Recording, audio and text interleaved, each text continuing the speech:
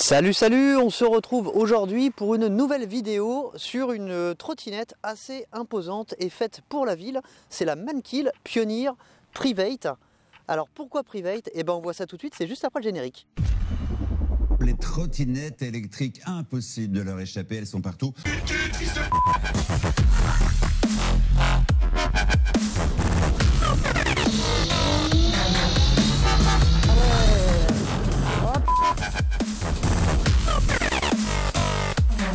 Ça les gars.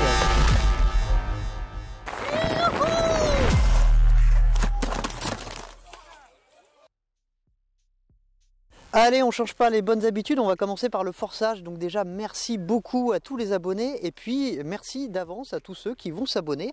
Vous pouvez continuer à vous abonner bien juste ici et puis me suivre sur Instagram juste là. Allez, on termine la promo avec Futura Ride. Futura Ride, c'est le distributeur de la Mankill Pioneer Private et puis d'autres modèles. Donc comme d'habitude, regardez en description, vous trouverez le lien pour commander directement la trottinette et s'il y a un code promo. Voilà, à l'heure actuelle, je ne sais pas encore s'il va y avoir de code promo. Allez, on commence par les caractéristiques, c'est parti. La Mankill Pioneer Private, c'est une trottinette de 48 volts avec une batterie de 10 ampères-heure, soit 0,5 kWh. Elle dispose d'une puissance nominale de 500 watts dans un moteur situé à l'arrière, c'est une propulsion. Le contrôleur propose une sortie de 10 ampères à 48 volts. Le chargeur, c'est un chargeur de 2 ampères, il vous permettra de charger la batterie en 5 heures et le tout pour un prix de 9 centimes d'euros au tarif réglementé actuel. La batterie est donnée pour 500 cycles de charge, c'est-à-dire avec l'autonomie que j'ai pu mesurer, 9625 km avant de s'inquiéter pour la batterie. L'autonomie théorique en éco, vous devriez pouvoir atteindre les 35 km. Au minimum, en roulant à fond, vous roulerez quand même à 25 puisqu'elle est bridée à 25 et elle est indébridable. Ce sera 15 km et en usage mixte, c'est-à-dire en roulant entre 15 et 25 km/h, 19 km. Alors ça, c'est la distance que me donne mon algorithme. Maintenant, je vais être honnête avec vous, ça fait 4 fois que je tourne cette vidéo, enfin là c'est la 4e, j'ai eu que des galères. Mais ce qui est bien, c'est que du coup j'ai pu pas mal rouler et je peux vous dire exactement sa consommation. Et là, c'est pas terrible, c'est en dessous de ce que mon algorithme donne, alors que d'habitude elle est plutôt bonne. Et bien pour faire simple, 12 km, il me restait 25% de batterie. C'est quand même très très faible. Elle est équipée de pneus durs de 10 pouces, des pneus alvéolés et de 2 freins à tambour à l'avant et à l'arrière. Elle a des suspensions à l'avant avec une fourche hydraulique inversée, en revanche elle n'en a pas à l'arrière. On termine par les dimensions. Le cintre fait 53 cm, la trottinette fait 125 cm de long et fait 126 cm de haut. Elle pèse 27 kg et supportera une charge de 150 kg. Son indice d'ampères par kilo est de 0,39 et son prix est de 699 €. Alors avant de commencer à rouler, première chose, et chose que j'oublie régulièrement, mais là ça vaut vraiment le coup de ne pas l'oublier, eh ben, on va regarder le rayon de braquage. Si je vous dis ça, c'est qu'il est vraiment pas ouf. Alors voilà, là je suis droit, on va faire un 180, donc je braque à fond.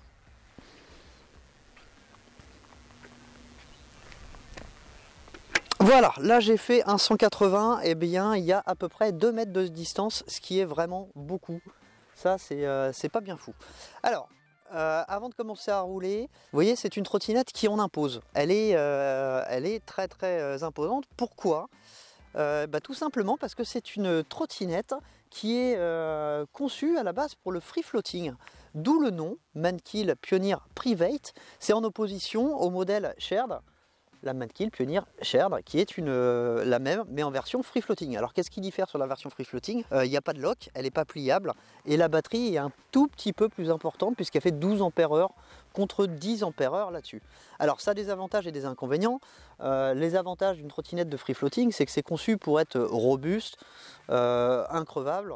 Là-dessus, voilà, on a des pneus pleins alvéolés, on a un châssis extrêmement rigide, donc ça fait partie des avantages. Inconvénients, et ben on a des trottinettes qui sont somme toute assez imposantes, lourdes et bon voilà, ça reste de la grosse trottinette. Allez, assez parlé, on va commencer à rouler. Donc je vais commencer par le test d'agilité. Comme d'habitude, vous voyez là ici, on a des pointillés. Je vais passer entre les pointillés pour voir si elle se pilote bien dans ces conditions-là. Alors, petite chose, avant de démarrer, c'est une trottinette qu'on peut démarrer au pied ou à la gâchette. Pour une fois, le kickstart n'est pas obligatoire. Sur ce genre de modèle, c'est plutôt rare, donc je le souligne. Allez, c'est parti. Hop, hop. Alors oui, ça a une très bonne maniabilité. Il n'y a pas de souci là-dessus. Alors en théorie, je suis censé passer à la vitesse max. Là, ça va être vite fait puisqu'elle est bridée à 25. Je suis déjà à 25.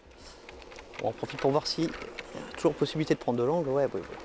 Alors, dans les choses intéressantes sur cette trottinette-là, eh bien le fait que ce soit une trottinette dérivée du free floating, c'est-à-dire qu'elle a une résistance un peu plus poussée que des trottinettes particulières.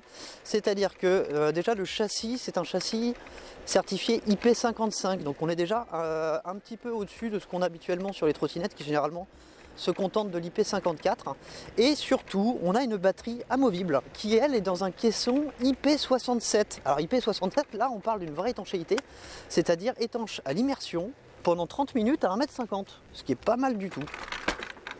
Alors, je pense que vous entendez ce bruit, et bien ça fait partie des inconvénients. Justement, ce bruit-là, c'est à cause de la batterie amovible. Je vais vous montrer ça juste après le test côte.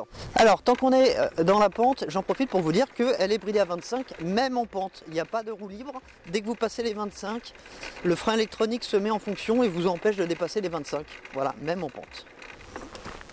Ce rayon de braquage est vraiment à chier. Voilà, alors c'est une côte qui fait entre 12 et 14% à son point le plus haut. Le but, comme d'habitude, c'est de partir d'ici et de voir combien de temps je vais mettre pour arriver au céder le passage et aussi quelle vitesse je vais maintenir en côte. N'oubliez pas que cette séquence, vous la retrouvez sur toutes mes vidéos. Ça permet justement de comparer les performances d'une trottinette à une autre. Allez, on y va. 1, 2, 3. Alors le démarrage n'est pas violent, mais on sent quand même les 48 volts et qu'il y a de la puissance puisque voilà, je suis en côte et là je suis à 25. Et ça ne baisse pas pour l'instant, je suis toujours à 25. Ce qui est pas mal du tout, ouais, 25. Elle respecte bien les 25. Hop, j'ai passé le scellé le passage. Donc bon point pour le franchissement. Elle franchit bien, elle roule à 25 dans une côte pourtant assez conséquente. Alors avant d'arriver au test de freinage, je vais vous parler un petit peu du poste de pilotage. Alors il est assez simple, on a des poignées qui sont plutôt confortables, rubber assez souple, frein arrière à gauche, frein avant à droite. On a une petite sonnette sur le guidon qui est ici, un petit truc qui tourne. Et puis on a le display central voilà, qui est derrière un écran de plastique fumé. Alors même réflexion que sur l'écran de la L7 Plus. Bon déjà même si l'écran est beau, il est en couleur, ça c'est pas mal, mais on voit quasiment rien en plein jour. Et puis surtout ce type de plastique, eh bien ça a tendance à avoir beaucoup de micro-rayures qui sont bien visibles au soleil. Alors je vais placer ma caméra et ensuite on fait le test de freinage. Donc le but c'est d'arriver à 25 sur la caméra, d'appuyer à fond sur les freins et de voir quelle distance il m'aura fallu pour m'arrêter complètement. Freinage tambour à l'avant et à l'arrière qui est accompagné par un freinage électromagnétique comme d'habitude. Il me faut quasiment toute la route pour faire demi-tour. Pour une 48 volts 10 ampères, c'est quand même quelque chose. Hein. Allez, regardez, c'est un truc de fou. Allez, on y va. Voilà, donc là je suis déjà à 25. Et quand j'arrive à la caméra, je freine. Go!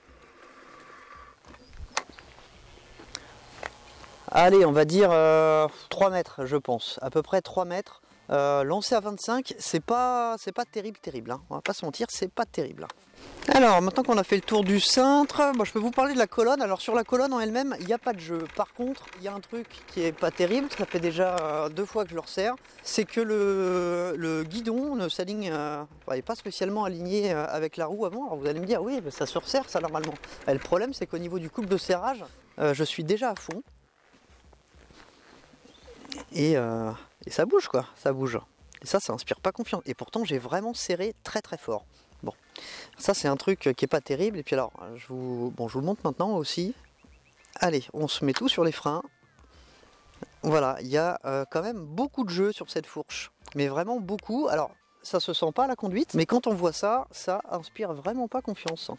Alors donc, je vous disais, hein, autant la suspension à l'avant, même si y a pas mal de jeux, elle fait le taf. Mais pourquoi mettre une suspension à l'avant et ne pas en mettre à l'arrière quand sur une trottinette on met son poids à l'arrière? Ce qui fait qu'au niveau confort, le fait d'avoir des suspensions à l'avant, ça n'apporte rien du tout. C'est franchement pas agréable. Alors en plus, pour être honnête avec vous, je me suis lamentablement ramassé il y a 3 jours avec une trottinette que je vais vous proposer dans pas longtemps sur la chaîne, qui est à peu près dans ce gabarit-là. Je me suis fait plutôt mal parce que je suis passé au-dessus, je suis tombé pile sur la hanche. Enfin, tout ça pour vous dire que c'est plutôt douloureux ce genre de trottinette sans suspension. C'est vraiment pas agréable. Et puis alors ce bruit, c'est vraiment pénible. Alors des pneus alvéolés en 10 pouces, c'est la première fois que je vois ça. Et bien curieusement, autant sur la plupart des trottinettes que j'ai testées en 8 pouces avec des pneus alvéolés, je trouvais qu'au niveau confort, ça apportait quand même un petit plus. Là, il est d'une rigidité, ça apporte rien du tout. J'aurais bien aimé avoir une chambre à air à l'arrière, mais comme je vous dis, c'est une trottinette qui est dérivée d'un modèle de free floating, donc ils préfèrent mettre quelque chose d'increvable pour limiter au maximum l'entretien. Alors par contre, ouais, elle se tient d'une main assez facilement, ça, il n'y a pas de souci. Mais alors ce bruit dans le deck, je vais vous montrer. Alors ça, pourtant ça partait d'une bonne intention, vous allez voir. Il y a des trucs qui sont bien. L'idée était bonne. Après, c'est l'exécution qui l'est un petit peu moins. Alors, je vous disais, on a une batterie amovible. Et vous voyez, là, il n'y a pas grand-chose pour pouvoir la retirer. C'est normal, là. C'est normal, là. Vous allez voir pourquoi. Alors, voilà. Donc, la batterie amovible, c'est cette partie-là. Alors, déjà, première chose, vous voyez que là, ça fit pas très bien. Donc, ça, c'est pas terrible. Il y a, 2-3 000 à peu près d'écart entre la partie avant du deck et puis cette batterie. Alors pour sortir la batterie, c'est tout simple, il faut que la trottinette soit allumée. Et puis ici, vous avez un bouton. Alors c'est aussi une trappe, hein. C'est ici que vous avez le chargeur, vous voyez, et il y a un bouton en dessous, un bouton sur lequel on peut appuyer directement, normalement, sans ouvrir ce truc. Alors ce bouton, il fait quoi? Vous venez d'entendre un petit quelque chose. En fait, il vient de déverrouiller la batterie. Donc on reste appuyé dessus, ensuite on appuie sur la batterie.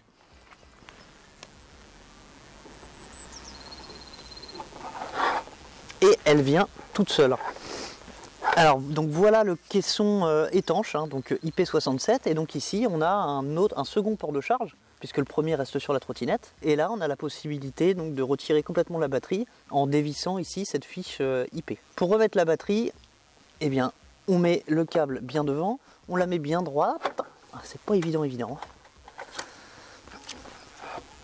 On l'avance, on la pose, j'ai une étiquette qui m'est restée dans les mains. Et ben, c'est l'étiquette de la batterie. Et ensuite, pour verrouiller, c'est là où c'est un peu compliqué et un peu stupide, je trouve.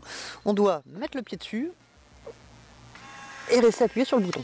Une fois que c'est fait, ça bouge pas.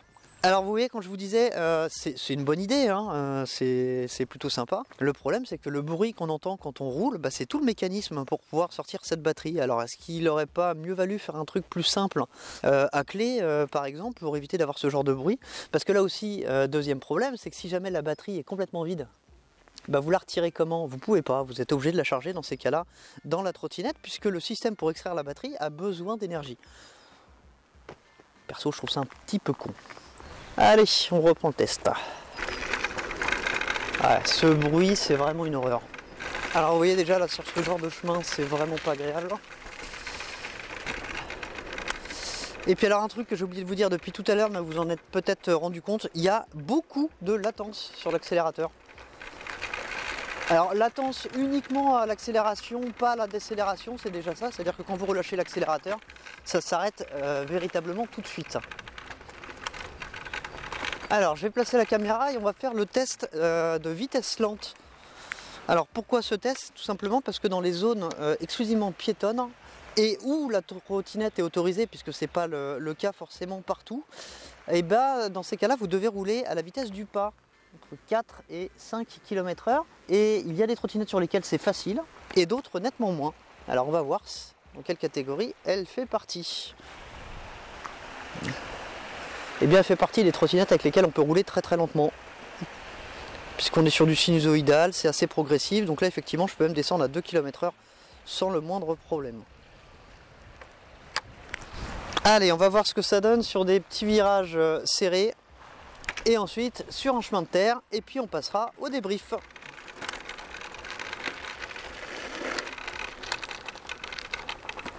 Ah, ce bruit.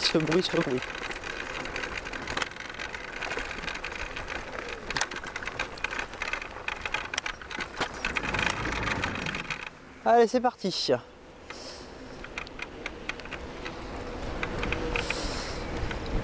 Donc bon, à 25, ça passe largement, hein, ce petit virage-là.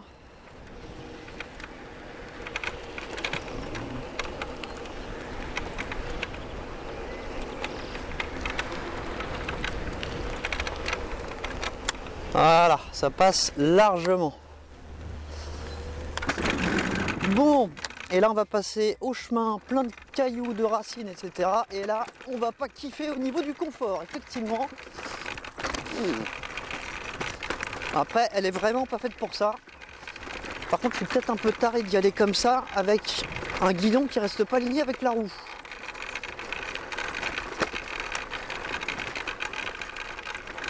Effectivement. Ah là là. Oh, le confort de merde. Alors, tant qu'on est ici, on va en profiter pour passer au pliage. Alors, le lock en lui-même, il est assez solide. Vous l'avez vu, sur le lock, il n'y a pas de jeu. Le jeu, il est vraiment sur la fourche. Et puis, pas qu'un peu. Ah, regardez, hop, frein avant serré. On a un jeu énorme. Je comprends vraiment pas. Alors, le pliage. On appuie sur le bouton rouge qui est ici. On va au bout et ensuite on peut redescendre la potence. Alors, ce que j'aime pas, c'est que vous voyez, il n'y a rien ici pour tenir la colonne une fois pliée. En fait, ça se passe au niveau du lock. Le lock, là, vous avez une toute petite vis ici qui va venir embuter contre cette partie-là. Alors, ça tient vraiment avec pas grand-chose. J'aime pas du tout ce système. Et là, ça permet à peu près de la soulever et encore, ça bouge. Et Mankill eux-mêmes déconseillent de le faire. Ça, c'est con. Par contre, voilà, à l'intérieur, vous voyez le passage de câble, il y a une gaine en métal. Voilà. Ça, c'est un petit plus. Allez, avant d'attaquer les pour, les contre et le débrief, on va commencer par ce qui me reste d'indices à la con. Vous savez, c'est ces petits indices, a priori ne veulent pas dire grand-chose, mais permettent de comparer assez facilement d'une trottinette à une autre. Donc il y en a qui sont intéressants, d'autres un petit peu moins. Mais en tout cas, voilà, ça permet de comparer assez facilement. Alors on va commencer par l'indice de kilomètres par kilo. 1 kg de trotte vous permettra de parcourir 0,71 km. Ensuite, la puissance en watts par euro dépensé. Pour 1 euro dépensé, vous aurez le droit à 0,72 watts. Autre indice assez intéressant, c'est la consommation en wattheure par kilomètre. C'est une trottinette plutôt efficiente malgré tout. Donc on est à 24,94 wattheure par kilomètre. La vitesse max annoncée est de 25 km/h. La vitesse max relevée est de 25 km/h. Et pour amortir cette trottinette, en remplaçant une citadine qui consommera 5 litres au 100 et au tarif actuel de l'essence, c'est-à-dire à peu près 2 € le litre, il vous faudra 2506 km pour amortir la trottinette. Allez, on va passer au pour et au contre. Alors dans les pour, on va commencer par l'étanchéité du châssis, donc châssis étanche IP55, ça c'est très bien, et batterie étanche IP67. Dans les pour, eh bien, elle est robuste, la batterie est amovible, le display est plutôt joli, le lock en lui-même est pas mal du tout, même si il y a un jeu mais qui n'est pas dans le lock, vous l'avez vu. Et puis pour finir dans les pour, eh bien, le deck rubber, voilà, ça se nettoie assez facilement. Alors dans les contres, là j'en ai quand même quelques-uns. Déjà le montage il est plus long qu'à l'accoutumée. Comme d'habitude, hein, il faut juste insérer le cintre sur la potence, mais par contre il y a les câbles de frein à passer dans les gaines qu'on doit aller relier jusqu'au tambour et donc régler aussi les tambours. Donc le montage est un petit peu plus long et puis aussi le taraudage des vis était quand même pas dingue. Alors voilà, ça se passe ici, vous avez 2 BTR de chaque côté. On continue sur les inconvénients. Elle est lourde et elle est imposante pour une trottinette de 48 volts 10 ampères. Alors c'est parce que c'est un modèle dérivé du free floating qui est fait pour être robuste, mais pour un particulier, est-ce que c'est intéressant d'avoir une trottinette aussi lourde et aussi imposante pour de telles caractéristiques? Je n'en suis pas convaincu. Les freins, alors les freins, qu'est-ce que je leur reproche? Alors c'est les poignées de frein où je leur reproche quelque chose. C'est toujours parce que c'est une trottinette de free floating. Parce que c'est une trottinette de free floating, il doit y avoir un minimum de câbles apparents pour éviter de vandaliser les trottes. Mais alors ici en fait pour camoufler les câbles, ils nous ont fait cette partie là voilà qui est très très large. Alors ça camoufle bien les câbles. L'inconvénient c'est que du coup vous rajouterez pas de rétro, pas de support de téléphone, vous rajouterez rien du tout parce qu'il n'y a plus la moindre place sur le cintre. Dans les inconvénients, alors je reviens sur le display, il est dans les pour et dans les contre. Dans les pour parce qu'il est joli, dans les contre on voit rien. On ne voit strictement rien, donc ça c'est quand même bien dommage. Dans les contres, eh ben, bien évidemment le jeu dans la fourche qui est plutôt dingue, les bruits dans le deck, le fait que le compartiment de batterie ne fit pas très bien dans le deck et qu'on se retrouve avec un jour comme ça à l'avant. Lourd et encombrant, je l'ai mis 2 fois, c'est que vraiment ça me gonfle. J'ai mis énergivore parce que oui effectivement 12 km pour qu'il me reste 25% de batterie, c'est très peu. C'est très peu, et puis dernier point noir, elle est particulièrement inconfortable. Au niveau de la concurrence identifiée, alors il y en a d'autres, mais je vous mets quelques modèles. Il y a la 08 en 48 volts 10 ampères, et puis il y a la Niu KQi3 Pro que je vous ai proposé il n'y a pas longtemps. Regardez bien la vidéo si vous avez ce budget là pour acheter une trottinette là. Voilà, comparez les deux vidéos, il y en a une que j'aime et une autre que je n'aime pas. Il y a aussi une application avec la trottinette, alors ça vaut pas le coup de vous la montrer, il n'y a pas grand chose d'intéressant. On peut allumer les phares, on peut changer le mode de vitesse, donc tout ce qu'on peut faire directement sur le display. La seule différence c'est qu'on va pouvoir loquer la trottinette pour soi-disant ne pas la voler. En fait quand elle est loquée, les moteurs vont freiner dès qu'on va la pousser et elle va légèrement biper. Le problème c'est que c'est une trotte de 27 kg, alors 27 kg d'un côté c'est beaucoup, mais d'un autre côté pour voler une trottinette et la mettre dans une voiture ou dans une camionnette c'est extrêmement léger, donc ne vous arrêtez pas à ce système de verrouillage, enfin en tout cas pas uniquement ça, parce qu'il suffit de la soulever et puis de l'embarquer. Et puis alors en plus au niveau du volume sonore quand elle se met à biper, c'est vraiment pas violent, hein. Vous allez peut-être faire peur à un écureuil au grand maximum. Allez, on va passer au bilan. Vous l'aurez compris, il y a des choses intéressantes sur cette trotte, mais dans l'ensemble, je suis pas fan. Il y a des bonnes idées, mais qui sont vraiment mal poussées. Alors, la batterie amovible, c'est bien. Le système pour la loquer, la déloquer, qui dépend lui-même de l'alimentation de la batterie et puis qui surtout fait un raffut du tonnerre quand on roule, ça je suis pas fou. La fourche à l'avant, alors autant elle est efficace, autant le jeu est particulièrement inquiétant, surtout quand on rajoute le fait qu'avec un couple de serrage de dingue, on arrive encore à désaxer le guidon de la roue avant. Ça fait partie des choses qui n'inspirent pas confiance. Après, pour quelqu'un qui cherche quelque chose de vraiment robuste et sur lequel il y a très peu d'entretien, c'est une trottinette qui peut le faire. Effectivement, il n'y a pas grand chose à entretenir. Déjà au niveau des pneus, il n'y a rien à faire. Les freins à tambour, ça demande très peu d'entretien, même si ça manque un petit peu d'efficacité. Bon voilà, pour 699 €, je vous ai déjà présenté d'autres modèles sur la chaîne. C'est pas spécialement celui que je vous recommanderais. Voilà, écoutez, c'est tout pour moi. On a terminé cette vidéo. N'hésitez pas à mettre un petit pouce si vous avez apprécié la vidéo, à commenter si vous l'avez aimé, si vous l'avez pas aimé, ça m'intéresse toujours. Et puis moi je vous dis à très bientôt pour une prochaine vidéo. Salut